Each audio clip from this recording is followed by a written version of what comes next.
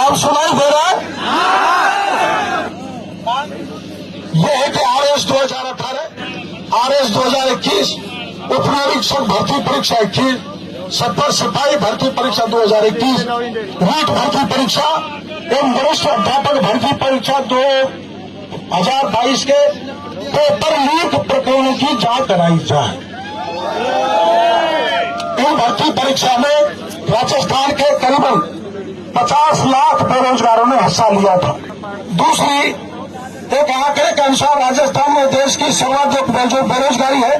ऐसे बेरोजगारों की बड़ी फौज में बार बार पेपर लीक होने तथा अन्य राज्य के बेरोजगार युवाओं द्वारा फर्जी डिग्री प्राप्त कर राज्य के बच्चों के भविष्य के साथ कुठाराघात किया जा रहा है। इस कारण राज्य के बेरोजगार भयंकर अवसाद में, कई ने तो आत्महत्या कर ली। हमारे राज्य के बेरोजगारों को नौकरी में अधिक से अधिक मौका मिल सके, उस दृष्टि से कानून की आवश्यकता है। जैसे हरियाणा और अन्य सरकारों ने विधानसभा में कानून पारित कर अपने स्थानीय बच्चों को 90% नौकरी देने का प्रावधान किया। अतः मेरी मांग है कि राजस्थान के बेरोजगारों को राजस्थान की विधानसभा में स्थानीय बच्चों को नौकरी देने के लिए 90% आरक्षण का प्रावधान करें, जिससे बाहर के लोग हमारी नौकरी में डाका नहीं मारें। और अगर ये किसी काम से संभव नहीं है तो एक मांग सरकार से यह है कि जितने भी रोजगार सेंटर हैं उसमें हमारे बेरोजगारों का पंजीकरण किया जाए। केवल हमारे बेरोजगारों का पंजीकरण कर दिया जाए अधिकृत रूप से, और केवल उन्हीं का चयन किया जाए। बाहर के किसी व्यक्ति का पंजीकरण नहीं हो रोजगार कार्यालय में, और बाहर के किसी व्यक्ति को किसी भी परीक्षा में भाग नहीं लेने दिया जाए। ये रोजगार के कार्यालय के द्वारा हो सकता है। वरिष्ठ अध्यापक भर्ती परीक्षा 2022 में सर्च के दौरान पुलिस को जो बाहर की फर्जी डिग्रियों के ब्यौरे मिले हैं, उनकी सच्चाई जनता के सामने उजागर किया जाए। फर्जी डिग्रियां वितरण करने के इस घोरक धंधे को स्थायी रूप से बंद किया जाए। जो महिला पुलिस की सब इंस्पेक्टर बनी है, पेपर चोरी करके जब उससे ये पूछा कि देश का राष्ट्रपति कौन है, तो राष्ट्रपति का नाम नहीं बता सकी।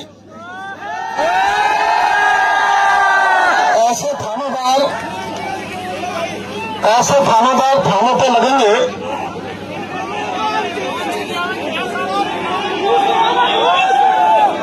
तो राजस्थान का क्या होगा? 16 की 16 परीक्षाओं का पेपर लीक हुआ। एक परीक्षा आपकी जानकारी है रीट की, जिसमें 26 लाख अभ्यर्थी थे, उसका पेपर लीक हुआ। तो उसका आंदोलन किया, सरकार ने नहीं माना, सरकार ने मना कर दिया, कोई पेपर लीक नहीं हुआ। बल्कि सरकार के मंत्री डोटासरा जी ने, मुख्यमंत्री जी ने यह कहा कि कोई भी जो ये कहता है पेपर लीक हो गया उसको जेल में डाल दो। कि पेपर लीक हुए और हम कह रहे हैं कि पेपर लीक हुए। गहलोत साहब से पूछ, बेरोजगारों का कितना आक्रोश सड़कों पर है, कितना असंतोष सड़कों पर है। मैंने नीट के पेपर में जो नाम बताए, उसमें 6 MLA, 3 मंत्रियों के नाम बताए। नीट का पेपर शिक्षा संकुल से लीक हुआ तो उन्होंने माध्यमिक शिक्षा बोर्ड के अध्यक्ष का नाम बताया, सरकार ने उसको बर्खास्त कर दिया। लेकिन गहलोत साहब, मैं आपसे पूछना चाहता हूं, बर्खास्त इसलिए किया कि वो पेपर लीक में शामिल था, तो एसओजी ने जांच क्यों नहीं की? और एसओजी ने जांच करके उसको गिरफ्तार क्यों नहीं किया? जांच करना तो दूर की बात, एसओजी ने उसको क्लीन चिट दे दी। ऐसी एसओजी काम कर रही है। एसओजी लुटेरी हो गई। एसओजी के मोहन पोसवाल को मैंने नाम बताया था कि मोहन पोसवाल जो जांच अधिकारी है रीट में, वो निर्दोष बच्चों को फंसा रहा है, दोषी बच्चों से पैसे लेकर उनको छोड़ रहा है। और एसओजी को उन लोगों ने अपने रिश्तेदारों को पेपर पढ़ाए। उस एसओजी के मोहन पोसवाल का आज तक भी बाल बाका नहीं हुआ। मैंने एसओजी को बताया था कि राजीव गांधी स्टडी सर्किल के लोग हैं, जो कांग्रेस का एक एनजीओ है। मैंने नाम बता दिया, फोटो बता दिया, जब बस जब तक के रिश्ते बता दिए, लेकिन एक पर भी हाथ नहीं डाला। हाथ डाला तो किस पे डाला? जिस बच्चे को गलती से पेपर मिल गया उसको पकड़ा, लेकिन पेपर लीक करने वाले सरगना को बिटारना नहीं पकड़ा। आपने आरपीएससी का वो स्टाफ नहीं पकड़ा जिसने सेकंड ग्रेड टीचर का पेपर लीक किया था। आपने सुरेश ढाका को गायब कर दिया। आपने भूपेंद्र सारण को गायब कर दिया। भूपेंद्र सारण की गर्लफ्रेंड को तो पकड़ लिया, लेकिन आप ये बताओ, प्रियंका के घर में बोरे के बोरे फर्जी डिग्रियां कहां से आई, कैसे आई? राजस्थान की जनता को बताओ। राजस्थान का जवान ये पूछने के लिए आया है कि बोरी की बोरी दूसरे राज्य की फर्जी डिग्रियां, दूसरे राज्य के फर्जी डिग्री लेकर हमारे राजस्थान के बच्चों की नौकरी खा रहे, उनको डकार रहे, हमारे बच्चों के भविष्य के साथ खिलवाड़ कर रहे। ऐसे फर्जी डिग्री कहां से चपती है, कौन लाया? हमको सार्वजनिक हम चाहते हैं इसको सार्वजनिक किया जाए और फर्जी डिग्री वालों की जांच की जाए। वो उनकी नौकरी लग गई है तो उनको निकाला जाए, उनको बर्खास्त किया जाए। और जैसे हरियाणा की सरकार ने वहां के बेरोजगारों को, स्थानीय को नौकरी देने और रोजगार देने के लिए जो 90% आरक्षण का प्रावधान किया है, उसी लाइन पर सरकार राजस्थान के स्थानीय बच्चों को रोजगार देने के लिए 90% का बिल अभी विधानसभा में लाए, ऐसी मांग करने के लिए आना है। हम तुम्हारे साथ हैं। हम जो एमएलए मैंने बताए थे, जो मंत्री मैंने बताए थे, आरपीएससी का जो स्टाफ बताया था, माध्यमिक शिक्षा बोर्ड का जो अध्यक्ष बताया था, माध्यमिक शिक्षा बोर्ड के जो बाकी के कर्मचारी बताए थे, सीएमओ के कुछ अफसर बताए थे, पुलिस के भी कुछ अफसरों के नाम बताए थे, उनको गिरफ्तार नहीं किया कि हमने मकान ढहा दिया। अरे मकान तो आपने बेचारे मकान मालिक का ढाया है, किराएदार का आपने क्या बिगाड़ा?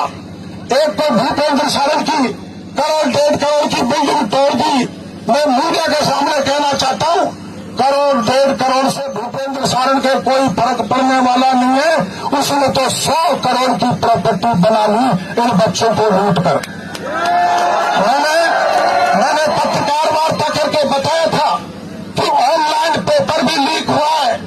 टीसीएस का नाम बताया, वेंडर्स का नाम बताया, कौन कौन अधिकारी कर्मचारी नेता शामिल है उनका नाम बताया। सरकार उस पर भी कोहली मार के बैठ गई। जो पेपर लीक हुए, लीक करने वाले मछलियों को नहीं, मगरमच्छ को जेल में डाला जाए और जिन जिनका नाम मैंने बताया उनको पकड़ा जाए। लेकिन मैं जानता हूं राजस्थान की पुलिस, राजस्थान की एसओजी, राजस्थान की सरकार उनको इसलिए भी पकड़ेगी कि उनमें 3 मंत्री शामिल है, 6 एमएलए शामिल है। अगर 3 मंत्री के नाम आ गए, एमएलए आ गए, हम सरकार से प्रार्थना करना चाहते हैं कि इसको हल्के से मत लो, इसको गंभीरता से लो कि आपकी एसओजी पेपर लीक के लोगों से मिली हुई है, आपकी पुलिस मिली हुई है, आपके मंत्री मिले हुए हैं, आपके एमएलए मिले हुए हैं। और मैं चाहता हूं कि वहां के पेपर लीक करने वाले वैसे ही जाए। आपने देखा पेपर लीक का मामला पश्चिम बंगाल में हुआ था। पार्थ चटर्जी के घर पर, शिक्षा मंत्री के घर पर 50 करोड़ रुपए का ढेर मिला था। एक कंगन सोने का आधी किलो का था। 28 कंगन बरामद किए थे, सेंट्रल एजेंसी ने किए थे।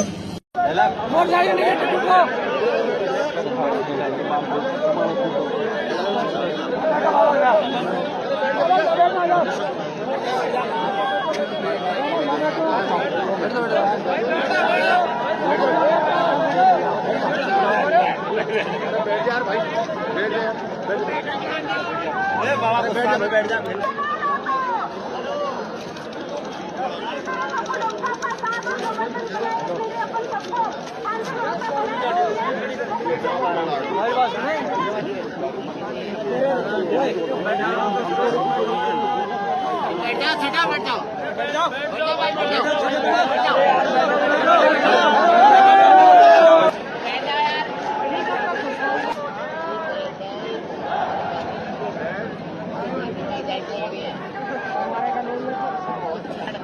भारत का सबसे तेजी से बढ़ता हुआ डिजिटल न्यूज चैनल, जिसका परिवार 4,17,000 लोगों से भी ज्यादा बढ़ रहा है। वो संवाद न्यूज चाहता है हर जिले और हर राज्य में मीडिया पार्टनर्स। तो अगर आप बनना चाहते हैं संवाद न्यूज के पार्टनर्स, तो कांटेक्ट करें नीचे दिए गए नंबर पर। इसके अलावा अगर आप वीडियो एडिटर बनना चाहते हैं या फिर न्यूज इंडस्ट्री में बतौर इंटर्न सब सीखना चाहते हैं, तो संवाद न्यूज के जयपुर हेड ऑफिस में काम करने के लिए संपर्क करें स्क्रीन पर दिए गए नंबर पर।